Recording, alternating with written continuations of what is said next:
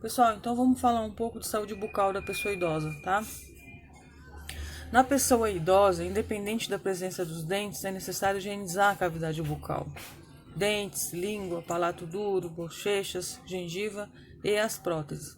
O que a gente observa, principalmente o idoso que tem o uso de sonda nasointeral, esquece que tem que higienizar a boca do idoso, né, a língua, e aí você percebe aquelas crostas que ficam lá por muito tempo, e isso é prejudicial à saúde bucal do idoso. Quais são os cuidados que tem para evitar lesões, né? Examinar a boca periodicamente, a cada 4 meses, para procurar possíveis lesões na língua, em cima, embaixo e dos lados, nas gengivas, nas bochechas, nos lábios, no palato e no pescoço. Isso a gente tem que fazer uma avaliação de exame físico durante a consulta, tá? Usuários que apresentaram lesões brancas, vermelhas ou enegrecidas, erosivas ou nodulares, que perduram por mais de 15 dias, deve ser encaminhado para um cirurgião dentista e aí sim faz uma avaliação dessa lesão, faz uma biópsia. A gente tem que orientar para que esse idoso observe essa lesão, apontar a lesão e fazer essa orientação de observação. Se ela não sumir no prazo de 15 dias, aí a gente encaminha para uma avaliação mais específica. É claro que a gente sabe, se a gente identificar essa lesão antecipadamente, fazendo um diagnóstico precoce, a chance de cura é quase que 100%, né? Então, vamos falar um pouco da avaliação da pessoa idosa, tá? A gente tem que utilizar frases curtas e objetivas, a gente tem que entender que ele tem um déficit auditivo, né? Chamar pelo próprio nome ou da forma como ele prefere. Evitar infantilizá-lo como utilizando termos inapropriados, como vovô, querido, ou ainda utilizando termos diminutivos desnecessários, bonitinho, lindinho, etc. A gente tem que lidar com o idoso de forma profissional, tá? Nem muito deles gosta de ser chamado dessa forma, então vamos respeitar. Perguntar se entendeu bem a explicação ou se houve alguma dúvida, isso é importante, porque tem muitos idosos que saem da consulta com um monte de dúvida, e muitas vezes tem vergonha de perguntar, e é o nosso papel de deixar tudo bem esclarecido, tá? Repetir a informação se for necessário, tá? Se você perceber na expressão facial que ele não entendeu nada, para tudo, explica novamente, de forma que faça com que ele entenda, com paciência, com palavras curtas e objetivas. Utilizar uma linguagem mais apropriada à sua compreensão, tá? Falar de frente, sem cobrir a sua boca, e não se virar ou se afastar enquanto ele fala. O idoso percebe, né?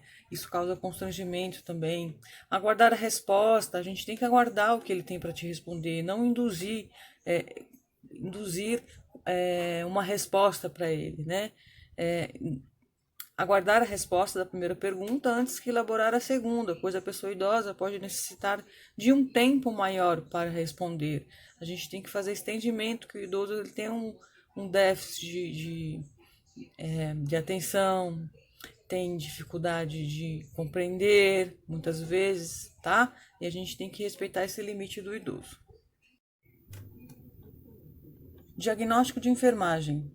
O diagnóstico de enfermagem provém da identificação clara e específica do enfermeiro sobre fatores de riscos ou alterações das necessidades humanas básicas encontradas durante o histórico de enfermagem, que é a coleta de dados e o exame físico. Sua descrição exige um pensamento crítico e profundo, podendo ser registrado em até 3 partes. A gente sabe que nós, como enfermeiros, nós temos um instrumento para nos ajudar no diagnóstico de enfermagem, que é o NANDA, né?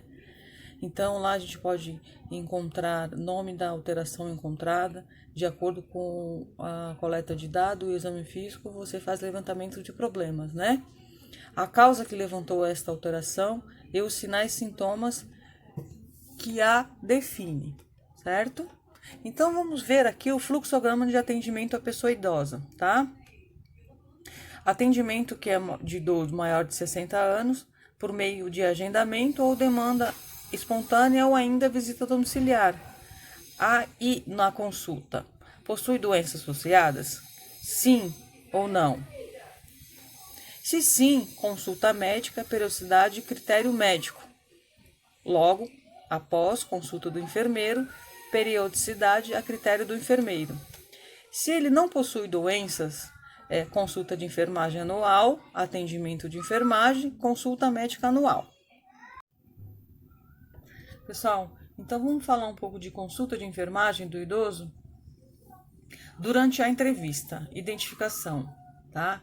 Nós vamos ter que coletar dados: sexo, idade, estado civil, o tempo, se ele é casado, se é solteiro, se é viúvo, ocupação atual, o tempo que ele trabalhou, se ele está aposentado, quanto tempo, profissão que ele exerceu ou exercita, né? Escolaridade, conhecimento sobre sua saúde e os fatores de risco relacionados a agravo à saúde.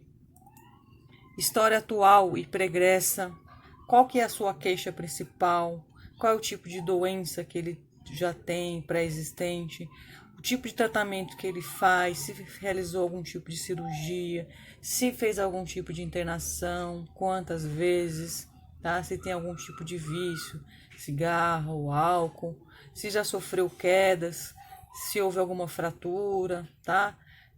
E a sintomatologia, tá? Se ele tem alguns sinais e sintomas. Sobre a sua imunização ainda, uso de medicamentos, quais os medicamentos que ele faz uso, prescritos, auto-administrado, a gente sabe que eles se automedicam, né? Conhecimento da medicação que ele faz uso, as dificuldades econômicas, se ele tem dificuldade de deglutir, de enxergar, de memória, entre outras, ok? O perfil fisiológico, aspectos cardiovasculares e metabólicos, se tem algum cirurgia prévia de cardíaca, tá? Nível pressórico, verificar a pressão arterial, se ele é hipertenso, colesterol, triglicerídeos, glicemia de jejum, e se ele tiver exames atuais, tá? A gente consegue ter esses parâmetros aí. Perfil nutricional, alimentação, que tipo de alimentação que ele consome, a composição, quantas vezes ele come durante o dia, quem prepara a comida dele, a conservação é importante também, a gente saber como é que ele conserva, quantos dias ele mantém esse alimento conservado, a deglutição, se ele consegue engolir bem. A gente tem que fazer uma avaliação ali bucal para ver se ele tem dentição, se a deglutição é preservada.